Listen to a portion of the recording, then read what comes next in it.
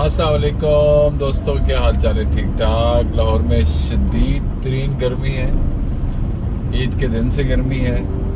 اور اوپر سے گرمی بڑھا دی بجٹ میں۔ اب بجٹ ہوتا کیا ہے؟ بجٹ ہوتا ہے گورکھ دھندا، جس میں ڈیجٹ اوپر نیچے کر کے لوگوں کو بیوقوف بنایا جاتا ہے،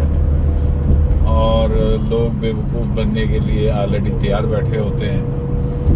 کیونکہ اس ملک میں ہم نے کوئی اسٹرگل کرنی نہیں ہے، ہم نے سسٹم کو بدلنا نہیں ہے،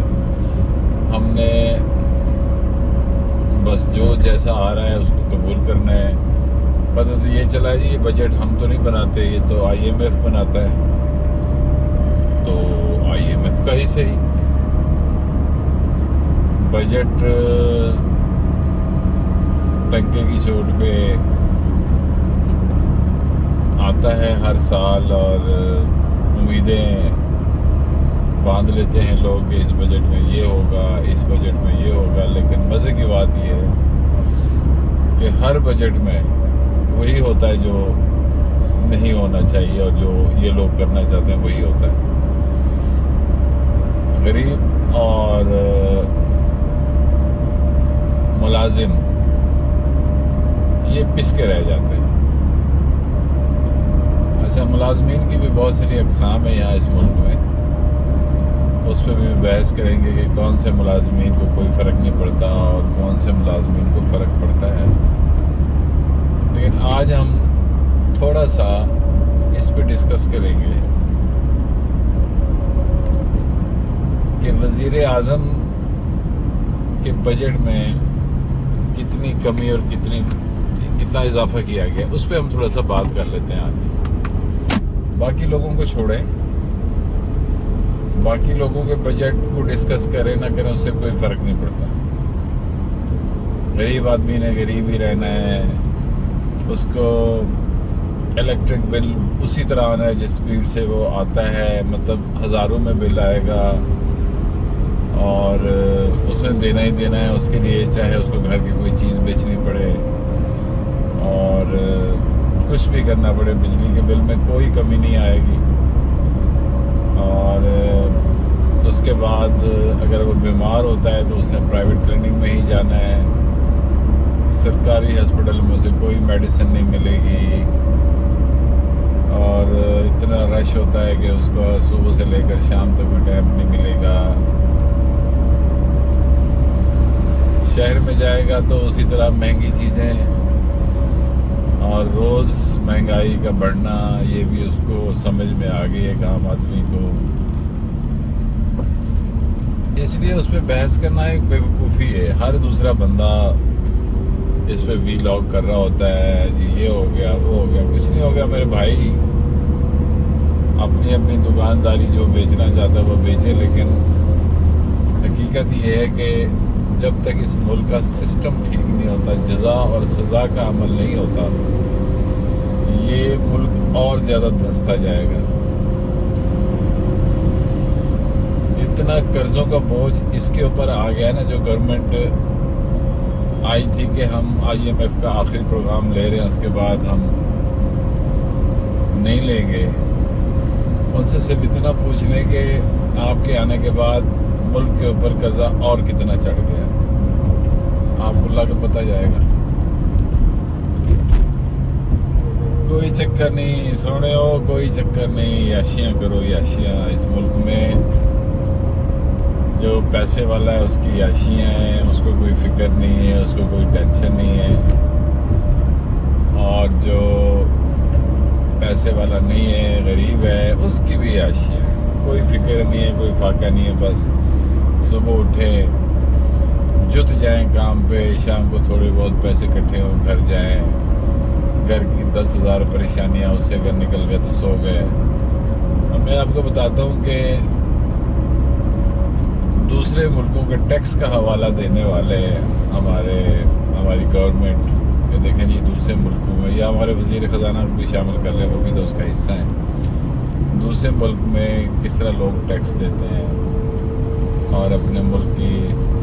معیشت میں ایک اہم کردار ادا کرتے ہیں۔ بالکل ٹھیک ہے، بات سمجھ میں آتی ہے سر کہ ٹیکس سے حکومت چلتی ہے، حکومت صرف چلتی ہی ٹیکس سے ہے، حکومت اپنی دکانداری نہیں کرتی، اپنے ادارے جو ہوتے ہیں وہ جیسے چلیں اس پہ بعد میں بات کریں گے، یہ پھر وہ مطلب بہت ساری باتیں کھل جائیں گی، تو بعد میں بات کریں گے کہ کون کون سے جو ادارے ہیں گورنمنٹ کے پاس نہیں ہونے چاہیے اور وہ بے تحاشا خسارے میں جا رہے ہیں، لیکن پھر بھی گورنمنٹ ان کو اپنے ہاتھ میں رکھ رہی ہے، کیوں؟ یہ کوشچن کریں گے۔ بہرحال ہم بات کر رہے تھے کہ بجٹ میں ٹیکس کا جو نظام ہوتا ہے اس پہ بڑا زور دیتے ہیں ہمارے وزیر خزانہ، ہمارے شہباز شریف صاحب، وزیر اعظم صاحب کہ ٹیکس نہیں دیتے ہو آپ لوگ، تو جب ٹیکس نہیں دیتے ہو تو پھر حکومتیں نہیں چلتی، ہم پھر لوگوں کا فائدہ نہیں کر سکتے، ہم اس ٹیکس میں سے اپنی اربوں روپے کی پبلسٹی نہیں کر سکتے، ہم 5 روپے خرچ کرتے ہیں کسی چیز پہ اور 10 روپے کی کرتے ہیں پبلسٹی، وہ نہیں کر سکتے، وہ ہمیں 10 روپے چاہیے پبلسٹی کرنے کے لیے، بتانے کے لیے کہ یہ کام ہم کر رہے ہیں۔ ہائے ہائے، سیدھا سیدھا بادشاہی نظام اس ملک میں آ گیا ہے، ہم مانتے نہیں ہیں لیکن ہم جمہوریت کا نام دیتے ہیں۔ اس جمہوریت میں اب شہباز شریف ہے، اس کے بعد باری لگی ہوئی ہے یا مریم بی بی کی یا بلاول کی، وہ بھی پائپ لائن میں ہے میرے بھائی، اور ہم اسی طرح بس لگے رہیں گے، لیکچر مارتے رہیں گے، اڑتے رہیں گے، لیکن ہم نے کرنا کچھ نہیں ہے۔ خیر ہم بات کر رہے تھے سر وزیر اعظم جو ہے ان کا بجٹ جو ہے اس میں اضافہ کیا گیا ہے، اس پہ ہم ذرا بات کر لیتے ہیں۔ پہلے کے وزیر اعظم کے پرائم منسٹر ہاؤس پہ، ان کے آنے جانے پہ، ان کے رکھ رکھاؤ پہ، ان کے پروٹوکول پہ، یہ جو میں یہ پرائم منسٹر کی صرف بات کر رہا ہوں، کوئی 75 کروڑ روپیہ جو ہے وہ خرچ ہوتا تھا، اب اس کو تقریباً 90 کروڑ کے قریب کر دیا گیا ہے، اور اس کے بعد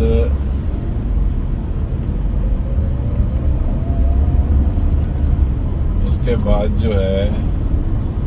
کہ ہونا کیا چاہیے تھا کہ وزیر اعظم ہاؤس میں کمی کرتے کہ یار بچت کریں گے، یہاں پہ ایک بندے نے اور اس کی فیملی نے رہنا ہے، اور یہ جو نوکر چاکر اور یہ جو شاہی اخراجات اور یہ دوسری چیزیں ہیں اس کو کم کی جائے، کم کرنے کی بجائے الٹا اس کا بجٹ بڑھا دیا۔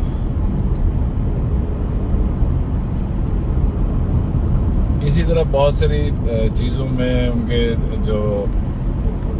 دورے ہوتے ہیں مختلف جگہوں پہ، اس پہ کوئی 1 کروڑ روپے اس کا بڑھایا گیا۔ اچھا بڑی لمبی چوڑی ڈیٹیل ہے، میں اب کیا ڈیٹیل میں دوں، میں صرف یہ کہنا چاہ رہا ہوں کہ دعویٰ کرنے والے کہ ہم بچت کریں گے، ہم اس ملک میں غریبوں کا خیال کریں گے، ان کی وزارتیں دیکھ لیں، کیونکہ اتحادی حکومت کے بغیر جب تک آپ ان کو سہارا نہیں دیں گے وہ آپ کو سپورٹ نہیں دیں گے۔ اب جو گورنمنٹ میں آتے ہیں، وزارتیں لیتے ہیں، انہوں نے مال بنانا ہوتا ہے، انہوں نے کرپشن کرنی ہوتی ہے، اور گورنمنٹ ان کو کرپشن کرنے دیتی ہے، ان کو سب نظر آ رہا ہوتا ہے، لیکن کوئی پوچھنے والا نہیں۔ یاشی کریں سر، یاشی، اس ملک میں کوئی چکر نہیں ہے کہ کوئی کسی کو پوچھے گا۔ اچھا میں بار بار یہ بات جو کرتا ہوں نا، پتہ نہیں آپ بھی اریٹیٹ ہوتے ہوں گے، تو کیا کریں مجھے بتائیں، آپ مشورہ دیں، یہ ملک کیسے ٹھیک ہو سکتا ہے؟ کوئی ہے سمجھدار بھائی جو مجھے بتا سکے کہ ہاں سر یہ اس طرح ٹھیک ہو سکتا ہے؟ میں نے تو ایک بات کی تھی اور اس پہ ابھی تک بھی قائم ہوں، یہ ملک تب تک ٹھیک نہیں ہو سکتا جب تک ہم اپنے آپ کو ٹھیک نہیں کریں گے۔ جب ہم اپنے آپ کو ٹھیک کریں گے تو ہمارے اندر جذبہ بھی بڑھ جائے گا، ہمارے اندر سوال کرنے کی گنجائش بھی نکل آئے گی، ہمارے اندر سٹینڈ بھی ہم کر سکیں گے. اور یہ سب کچھ ہم اس لیے نہیں کر سکتے کہ ہم خود چور ہیں.